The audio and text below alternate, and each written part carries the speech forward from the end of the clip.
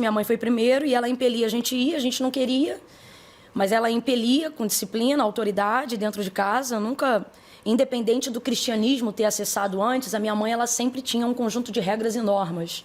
Por exemplo, não xingar palavrão sobre hipótese nenhuma, né? Mesmo sendo bem do mundão e tal. Então ela tinha isso. E aí ela adotou esse mesmo nível de disciplina quando compreendeu que o melhor caminho era servir a Deus. E aí então a gente ia muito obrigado. Então era difícil ter uma ação do Espírito Santo num ambiente onde você se sente obrigado, mas não há nada que possa contra a intercessão, né? Poder da intercessão. Eu me lembro, ao falar disso, da Cananeia, Mateus capítulo 15, verso 21 em diante, que dizia para Jesus, mesmo quando ele não lhe respondia palavra alguma, ela dizia: Filho de Davi, tem misericórdia de mim, que minha filha está miseravelmente endemoniada.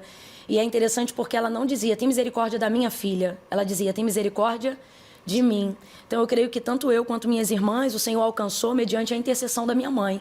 Disciplina de um lado e intercessão do outro. Eu creio que no fundo ela também não dizia apenas tem misericórdia delas, mas o clamor dela era tem misericórdia de mim, né? Para que a minha casa te sirva. E aí num belo dia, num culto, e esse culto, ele caía num dia que era o mesmo dia que ia ter um evento especial na praça onde tinha o baile que eu frequentava. Então, nesse dia, eu já fui pro culto, depois de muita discussão dentro de casa, com a roupa do baile. Meu Senhor. Então, pensa na roupa. Eu fui pro culto com a roupa do baile. Santo porque Deus. eu dizia assim, quando o culto acabar, eu vou pro baile. Porque o caminho de volta para casa passava bem na praça onde ficava o baile. Baile esse, lugar esse que muitas vezes minha mãe foi lá e a gente via lá na ponta da quadra e a gente já dava a volta, porque não tinha esse negócio não, ela pegava a gente onde a gente estivesse. E aí eu fui com essa roupa depois de muita discussão, fui depois, então ela não me viu, eu falei que ia e fui, mas fui com a roupa do baile. E aí cheguei e sentei no último banco da igreja, para tentar não chamar muita atenção, e pensando, depois que o culto acabar, eu vou direto pro baile, já olhando pro relógio, assistindo o culto e olhando pro relógio. Esse culto que não acaba, eu tenho que ir pro baile, né, e tal.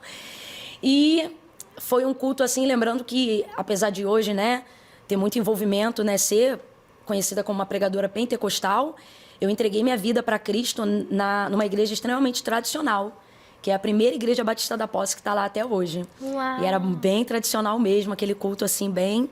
aquela liturgia bem tradicional. E o Senhor realmente presente. E o pastor pregou uma mensagem esse dia que me confrontou naquilo que eu sempre dizia que não ia por causa dessa vida que eu gostava, né? De dançar e tal. E aí, toda vez na hora do convite eu não ia, porque eu dizia assim, eu não posso ficar lá e ficar cá. Então, assim, eu dizia assim, no dia que eu me consertar, eu vou. No dia que eu me consertar, eu vou. E eu achava que eu tinha, porque realmente o estilo que eu vestia, o tipo de vida que eu levava, não combinava com aquele ambiente. Então eu pensava, não é correto isso. E eu falei, não dá, mas nesse dia, à medida que eu dizia assim, não dá para ir do jeito que eu tô, o pastor pregando, ele dizia assim, porque Jesus disse, vem como você está, vinde a mim todos vós que estáis cansados, sobrecarregados, né, oprimidos e tal, e eu vos aliviarei. E naquele dia eu fui tocada profundamente, porque eu amava o Senhor, Lu. Eu ficava pé lá e pé cá, mas eu amava o Senhor. Então hoje o Senhor tem me permitido há alguns anos, e eu me emociono ao falar isso, porque Ele tem me permitido ganhar muitas almas no reino de Deus. E uma das coisas que eu falo na hora que eu estou convidando essas pessoas, independente de como elas estão vivendo ou vestidas, não importa nada disso, nesse contexto, na hora que eu estou convidando ali, eu me lembro de como eu estava. Para quem sabe, já sabe como eu estava. Para quem não sabe, eu estava de bermudinha, barriga de fora. Não era uma roupa nem própria para ir para a igreja, né? Mas era o afã de sair logo dali. Só que apesar disso, eu amava o Senhor. Eu sentia a presença de Deus de verdade, eu chorava.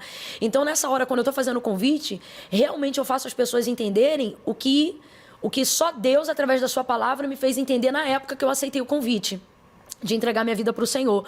Porque as pessoas diziam assim, a impressão que você tem quando você entra numa igreja, que é um ambiente religioso, com pessoas que têm uma vida de renúncia e uma vida modesta, é que você está num ambiente onde tudo coopera para que você Seja como elas. E quando você não se vê dentro daquele ambiente, você pensa que aquele ambiente não é para você, por mais que você sinta a presença de Deus naquele ambiente. Então, era assim que eu me sentia. Hoje, então, quando eu convido as pessoas a entregarem suas vidas a Cristo, eu percebo que eu tenho que fazer elas entenderem que elas não têm que se consertar para vir, mas elas têm que vir como elas estão de fato.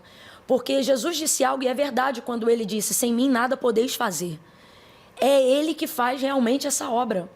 E às vezes até por vaidade, você acha assim: eu não sou religioso, eu não ligo para isso. Mas às vezes tem uma vaidade dentro de você que você diz assim: não, se for para ser crente eu não quero ser igual fulano. Como se você já fosse melhor do que ele na posição que você está, dizendo assim: eu tenho que ser melhor, eu quero ser mais santo. Quando eu consertar tudo, quando eu deixar de fazer isso ou fazer aquilo.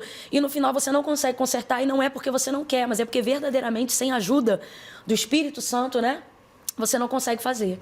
Então, assim, ele que me ajudou, e hoje eu me emociono quando eu falo sobre isso, porque eu vejo realmente o Senhor trazendo as pessoas a entenderem que não é como você está que determina quem você é, mas é aceitando e vindo como você está que Deus vai trazer a identidade de quem você é. Ele vai te ajudar, né? Nunca mais eu fui a mesma pessoa desde aquele dia. Uau. Não mudei da noite para o dia, não é mágica, né?